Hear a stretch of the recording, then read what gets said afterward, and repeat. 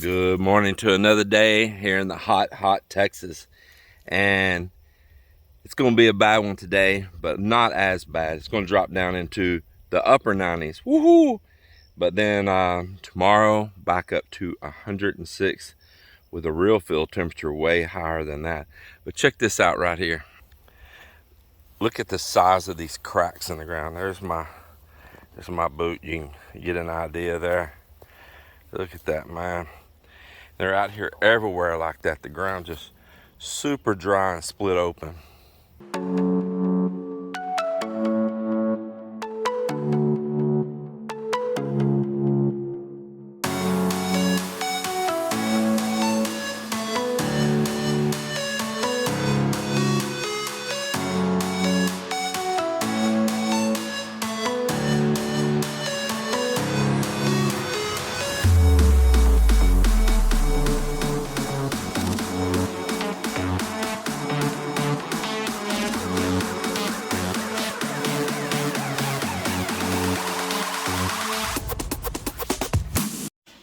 Good afternoon, everybody. Good afternoon from a very hot, scorching day here in Texas. It's been hard to do anything here. It has. Well, today we handled something that's one of the biggest reasons we come back here, and that was try to get rid of a couple more rent houses. And I've had them sitting empty and wanting to sell those houses and get them off the costing me taxes and worry and stress and all. Downsize more and more here in the USA. So I met with a potential buyer this morning, and they brought their guy that does all the inspection stuff and everything, goes through, and I'll be waiting to hear back from them for a updated offer. They made me an offer already, but then they inspected them and see if that offer still stands. So we'll see, fingers crossed. Well, we've been packing everything up here in the house. Not everything, but quite a bit of stuff we have. And we're preparing to send some of our dining room stuff over to the Philippines. Meanwhile, back in Texas, back at the ranch, I cranked my tractor up here the other day. Haven't used it. Fired it up, and it blew a hydraulic line right off the bat. Yep. Blew this little short line that goes from right there to right there. So it's easy enough to fix, but right off the bat, it went to dumping fluid, and you see it's got some drips going down there right now with the line off of it. Actually, I had seen this line starting to deteriorate before we left and went overseas. It was really deteriorating right in here. So stopped at my friend Mark Dickerson's Napa Auto Parts store that they build these hydraulic lines, and they made this one custom for me today. Man, looks good, and I'm gonna get that on here right now. Have to take this top one off to be able to get a wrench onto the bottom one. See how they staggered them? So you have to take one out of the way to get to the middle one, take one out of the way to get to the middle one. Yeah. But I see one of the reasons that it gave, because it's pushed in a really tight bend right there, like a S, see? And so it always has a bend pushing on this line. So I think that's one of the reasons it failed earlier on. All right, there it is right there. And I didn't lose very much fluid. I probably won't even have to top it off. I lost so little. I happened to see it right when it happened. It just shut the tractor down.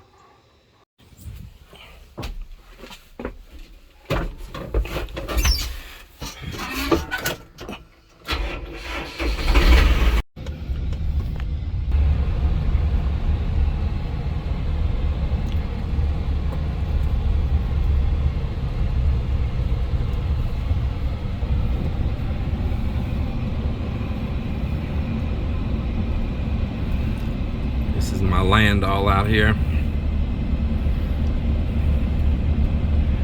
All in them beautiful trees.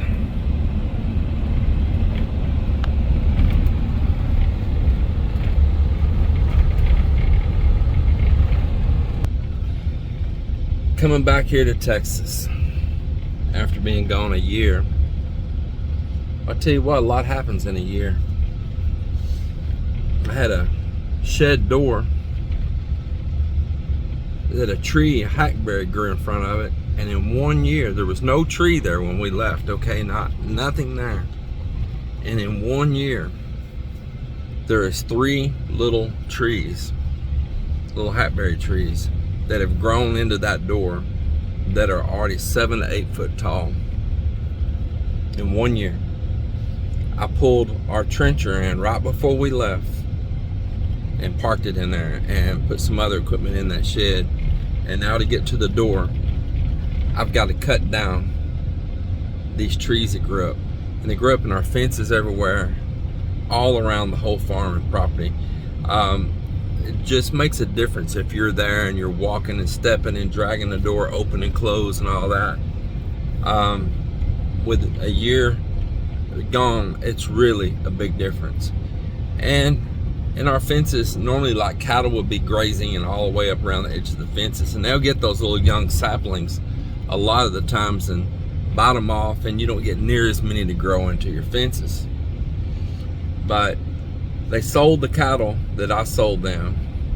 There was falling out between father and son, my 2 cousins that leased my property and bought my cattle. So in their division, all the cattle got sold, which just makes me sick. But I sold them. They're not mine anymore to gripe about, but I had expressed that I might want to hold on a few, which is probably not smart. But I'm just shocked they're all gone, okay? I mean, it's their right to sell them. They didn't do anything wrong to me. It's their right. But now with no cattle there on the property, and he's just been cutting hay off of it, my younger cousin, not the older one, once my age, he's cutting hay and all, but it still don't make the difference of having cattle there that graze those fence lines and everything and keep it kind of all trumped down and grazed down and nip all those little things away. So I'll continue leasing it to him. I really love him. He's a good guy. And but he's going to try to get it stocked back with cows again. So he says he's buying up cattle right now on his own, separate than what he had in joint with his father. And hopefully he'll have cattle back here soon. He said it'll probably just be old mixed up, mashed up, run-of-the-mill cattle. It won't be a nice breed like we had there. But I can just really tell the difference of us coming and going and how we took care of the property and then being gone a year. Now, we would be gone months at a time. We'd be gone as much as half of the year in the Philippines, half of the year in the US, and we divide that up about 2 different trips a year. But it's just not the same. It's not the same. Of course, we come back and we do maintenance during those times. We still managed our cattle during those times. And we're getting rid of everything here, getting rid of the rent houses, getting rid of the cattle. Now I want to clear something up. If some of you think I was just some lifelong rancher, I grew up with it, of course. But my bread and butter came from retail businesses I owned, in the electronics field, in the automotive field, and doing commercial building, okay? My life was not just farming.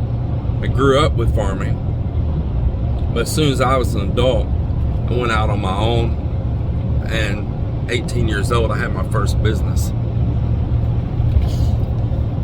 Yeah, at 18, I had my first business, and of course, I would still help with the farm and help my father, him raise hell the whole way.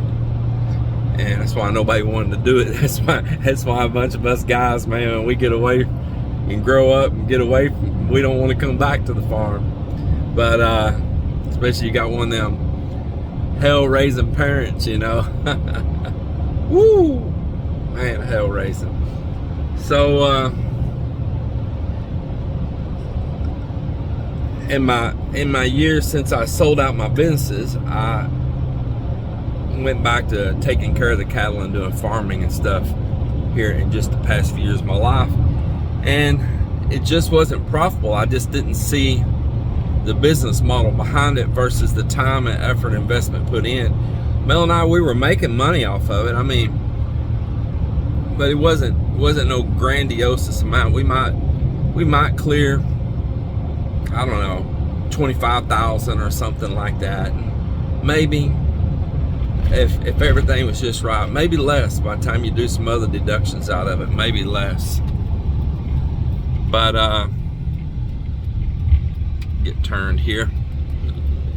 But man, not versus the hard work you put in, was it worth that little bit amount of money? Of course, that wasn't the only amount that we had coming in. We had rentals coming in at the same time. But just even that wasn't worth it anymore. Just with all of that gone, we don't have nothing to do here. We don't have a life here anymore. And I can't sit still. So if I'm going to be here, I have to have a life here. Can't just live here. I have to have a life here. And that means I have to have something to be doing. I have been on my own. I moved out for the first time at 13 years old, okay? At 13 years old. And I have been pretty much independent since I was 13 years old, getting away from a very brutal father.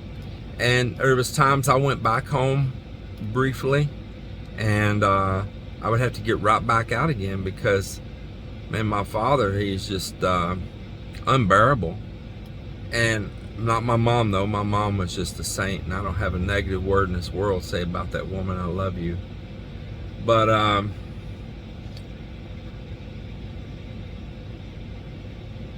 I have to have something to do. I have to have something ongoing. I have something to occupy this mind. I just stay so busy in my head. And I like being an entrepreneur. I really do. But I went through an accident. I do have some physical ailments now that hinder me from doing too much, and I have it catch up with me. That's why I get a lot of ums and ohs. It's not that I can't think or anything. I have to gather my words because of the incident that I was in. So I get little pauses even in my speech, and I know that. So y'all be kind to me. Well, without business here, whether it be rent houses or whether it be farming and the cattle and cutting hay and all of that, Mel and I both, she's just like me. We are going stir crazy already. Just in a short week of being here, we're going stir crazy. We're alone, and back there in the Philippines, okay, we built the property, but we built it to have rental rooms and have guests and have events there and rent the place out for events and parties and all that. So there's structure there.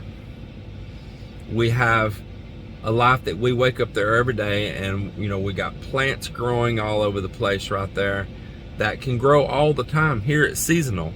Here you're going to grow during the spring, and maybe if you're lucky for a little while in the fall. And the summer's just hot scorching like it is right now, and the winters are cold. I mean, it goes from one extreme to the other. You get around the hard freezes and in the single digits, and then you're up in the triple digits. It is just a crazy zone right through here. And so you find yourself sitting still during winter, and you find yourself hugging an air conditioner during the summer, and just two short seasons that you can really truly get out and enjoy. But over there we can enjoy year round, all the time, even on those rainy days. Over there we've got the nieces, the nephews, the brothers and sister-in-laws and friends and everybody, that meeting new people and all that. We have a life there, and we really realize how much of a life we have there now that we came back here. In this small town that I grew up in an area, I bet I have not even seen, while we've been out and about, 3 people that I know Just 3 people that I know. And before, I knew 70% of the town, and there are either moved away or most of them just moved away. They're not there anymore. The town changed. They went on the new places. Some are gone, gone. Just those things. And now also in this small community with so many new people moved in out of state, from states everywhere and from countries everywhere, I become a stranger in my own town. And when I meet my other friends, they say the same thing. They too have become a stranger to the area. So that's pretty crazy. But Mel and I, we did okay the first couple of days that we're back here, but we're going into a steadily downhill, depressed state, and we just want out of here. And out evaluating all the things we have sitting around there, I thought, well, I'll hold on to this, hold on to that. I'm kind of the mind now, I want it all gone. I'll leave the naked land, the farmland, but I don't even want no personal items left behind. I just want to keep there in our apartment we made on the back side of the house. I just want to keep the basics: a table, one little simple TV, one set of couches, our stove, our old refrigerator had for years. If it lasts, it lasts. If it dies, it dies. And just one bed, just the basics that we have a place to come back to. Or if maybe we have a friend that's going to travel to Texas, we can hand them the key, or have Mike give them the key and say, hey, you can stay here in our little apartment during your time to come visit or something, have a place to go to. I could do that with my brother-in-law Richard and his wife Melinda, Melinda's sister. I could do that with other friends as well, like Cap or anyone that I'm close to that would want to have a place that they know they can stay if they come visit Texas. Maybe they got business to take care of or whatever, tax stuff or anything. But I think it's time to just rid all kinds of stuff that if I didn't need it the past year, I don't need it at all. Pretty much that's the way it is. There is some things that we're going to send to the Philippines, and there's just going to be a mass throwaway giveaway, and I just want everything gone. And I think that it's pretty much going to close up the bulk of our life in the U.S. We'll just come here and travel and enjoy, have freedom, that when we're here we don't have nothing to do but get in our truck and go travel. And Mel and I, we want to see all 50 states, and we both got a pretty good number underneath our belt right now. So it's a very tangible goal. It really is. The main place we need to head to is up in the Northeast, and maybe a little bit in the Midwest, but mostly the Northeast. We've done all the South, and we've done the West Coast excluding Oregon. But we want to work back up there again too. We want to do Northern California, Oregon. We want to explore more Washington and come across. We definitely want to spend time in Utah. So we're going to just do a whole game plan change and come back and forth to the U.S., but not to sit at that farm. Nope, just to have that as a place that keeps my address. It keeps me some safety there in case something was to happen in the Philippines, and it gives me a place to keep like my truck and everything. Leave the keys like I did with Mike, where he can start it, use it if he needs to, keeps it moving, and have it to just get there, get in, and go. Well, I'm gonna buy some diesel here to pour in my tractor, and I just want to share that, if y'all want to know how it is to come back here after a year. I could cover it in a lot of angles. Let me talk about this real quick. One other thing I noticed is, like, the people that I have seen, that I know, they don't want to hear much out of you. They don't want to hear about how your life is in the Philippines or anything, because they resent you. they resent you. You are all of a sudden representing something that's in their face that they haven't had the courage to do or the means to do, even though they think they don't have the means. Usually they do. They're just misdirected. And they're mad at you for living the life that you are, because they want to be living it too. But they either don't have the guts to do it or the finances to do it, or they're held down with all kinds of things. And those things, well, property, mortgages, car payments, four-wheeler payments, motorcycle payments, boat payments, all these just things that, you know, that they think are so important. Subscription to this, subscription to that, subscribe, paid subscriptions, milking the money away. And the fact is that probably a large part of them do have the means to get out and enjoy and do. If they would just get rid of those superficial things in their life, that this idea that's been sold and marketed, it's just been branded into you with TV commercials and billboards and advertisements, and everywhere in your face is an advertisement, and it builds a culture around it, and it builds peer pressure around it. And this is how you're supposed to live. This is how you're supposed to live. And what they've trained you to do is live their very commercialized, capitalistic life. Now, capitalism's good. I do like capitalism, but they teach you to buy, and they teach you to be in debt for things you don't need, and they teach it to where you're an outcast if you're not buying all of this stuff and living this borrowed life like everyone else that they've taught to do it. And if you all of a sudden are different than that and you break that mold, you're an outcast, and they're going to find ways to punish you. So I do want to say that is that people don't want to hear your great stories of your life over there. They don't give a shit.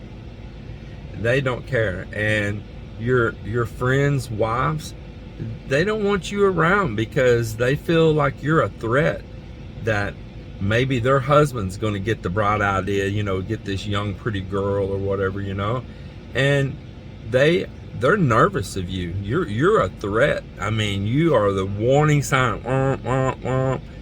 Keep away. And they might put on a plastic face like, oh, they're cool, but they ain't cool. They want you to go away because you threatened something in them.